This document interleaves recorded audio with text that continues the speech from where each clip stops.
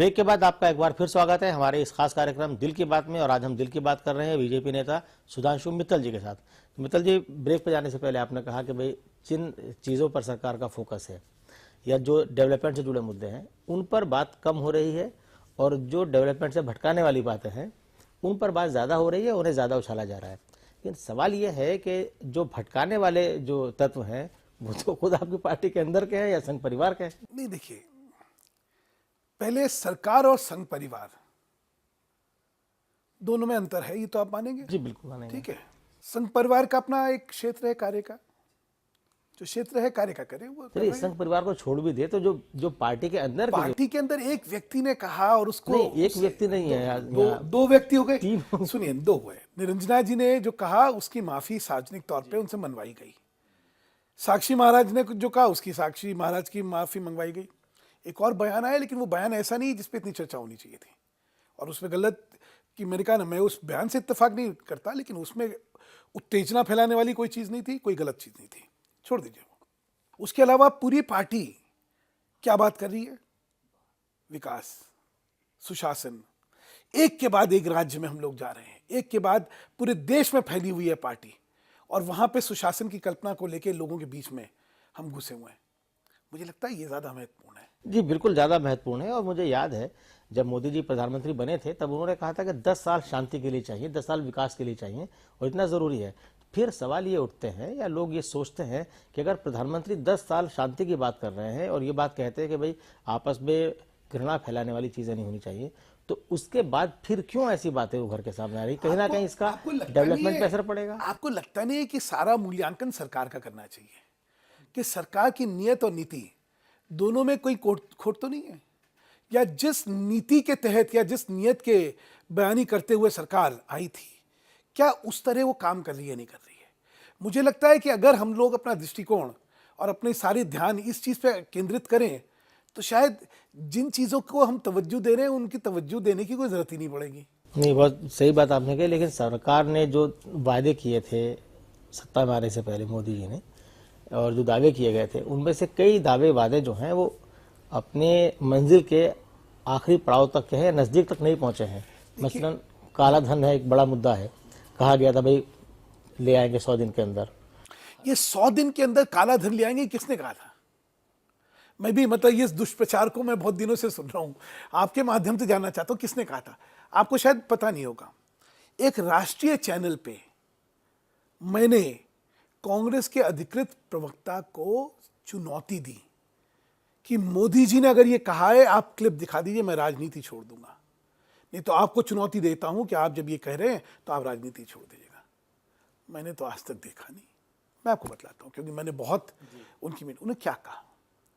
उनका लोगों का मानना है कि इतना काला धन वहां है, इसकी सत्यता की जांच होनी चाहिए, अगर है तो वो आना चाहिए, और अगर नहीं है तो सत्यता सामने आनी चाहिए ताकि उसके हिसाब से चीजें करी जा सके। इसको आप एक जिम्मेदार बयान कहेंगे या गैर जिम्मेदार बयान कहेंगे? इस बयान पे कोई कहे कि 100 दिन में काला धन नहीं आया और 15-15 लाख रुपए हमारे बैंक में नहीं गए, तो इसको आप लफ्फाजी और झूठ मानेंगे या इसको सत्य मानेंगे? मुझे ये बता दीजिए। जिन्होंने भी ये बात कही थी वो आपकी पार्टी की तरफ से प्रचार कर रहे थे, उस वक्त मोदी जी के प्रवक्ता बने हुए थे। किसने? बाबा रामदेव ने कही ना थी। ना, राम, देखिए, सुनिए, फिर रामदेव क्या कहते हैं और सत्ता पक्ष के जिम्मेदार लोगों ने क्या कहा था, दोनों में आपको कहीं लाइन ड्रॉ करनी पड़ेगी। नहीं, बिल्कुल हम लाइन ड्रॉ करने तो को तैयार हैं। बाबा रामदेव ने क्या कहा था, उसकी जवाबदेही रामदेव जी की।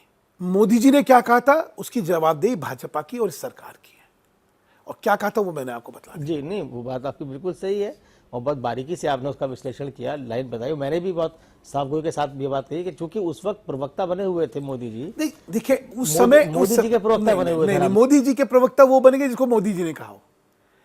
एक महायज्ञ में आहुति देने के लिए हम लोग सब पहुंचे हुए थे, देश पहुंचा हुआ था, जिसने भी आहुति दी उसका स्वागत था।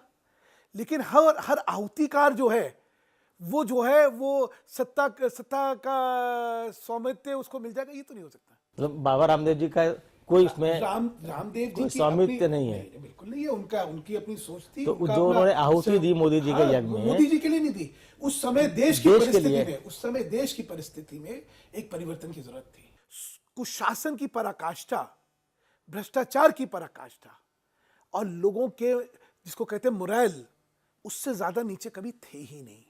लोगों का विश्वास उठ रहा था, उसमें पूरा समाज, उसमें पूरा देश खड़ा हुआ था। बाबा रामदेव जी ने उस यज्ञ में आहुति दी, देश के लिए आहुति दी, बीजेपी के लिए आहुति दी, मोदी जी के लिए आहुति दी।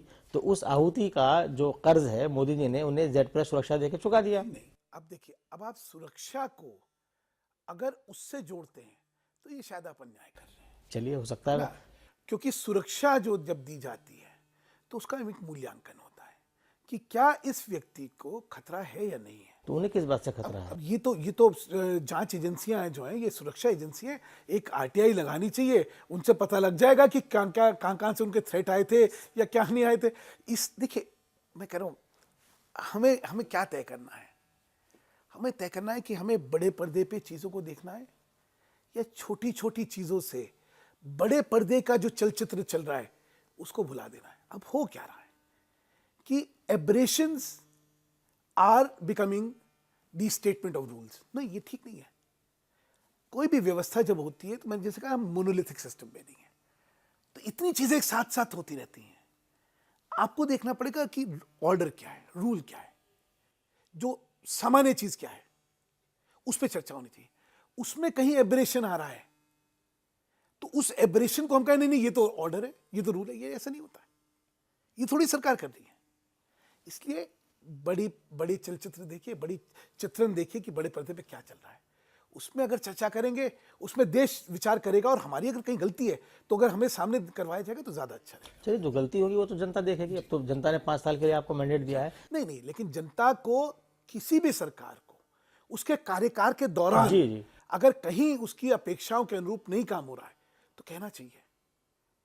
हम लोग शासक नहीं है, हम लोग शासक नहीं, ये प्रवृत्ति ही गलत है। हम लोग जनता के नुमाइंदे हैं। जी, आप जनता के नुमाइंदे हैं, और प्रधानमंत्री जी ने खुद ये बात कही थी कि मैं प्रधानमंत्री नहीं बल्कि प्रधान सेवक हूं, और प्रधान सेवक के और कामकाज के बाद देश की किस तरह सेवा हो रही है, ये मुद्दे हैं। कई और मुद्दों पर हम आपसे बातचीत जारी रखेंगे, लेकिन फिलहाल वक्त हो चला है छोटे से ब्रेक का। ब्रेक के बाद हम फौरन हाजिर होते हैं और सुधांशु मित्तल जी के साथ इस दिल की बातचीत को आगे बढ़ाते हैं। आप कहीं मत जाइएगा, बने रहिएगा हमारे साथ।